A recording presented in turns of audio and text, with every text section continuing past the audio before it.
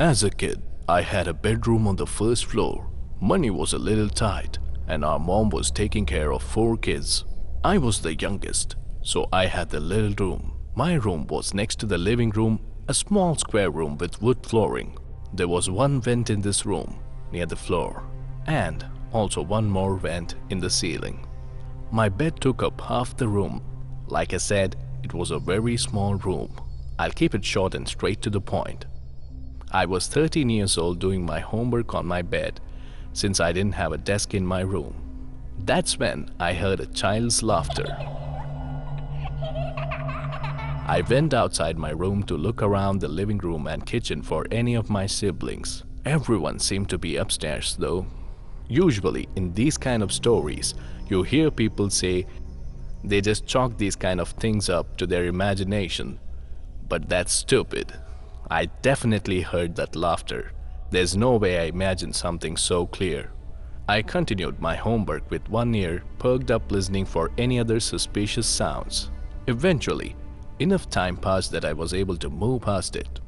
In fact, it seems it was just about when I was able to get over it, I heard it again. Child's laughter. More so giggling. I should say this time it went on longer. It wasn't coming from outside my room. It was somewhere in the room. I figured one of my brothers were hiding from me. I followed the sound of the laughter, strangely, to the corner of my room, and I looked down at the vent. It was coming from inside the vent. I got down on my knees and pressed my ear up to the vent. There was no more giggling at this point though.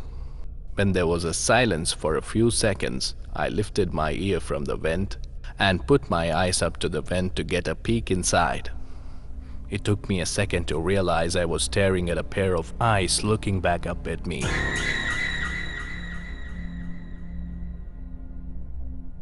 I shrieked like a girl and screamed for my mom.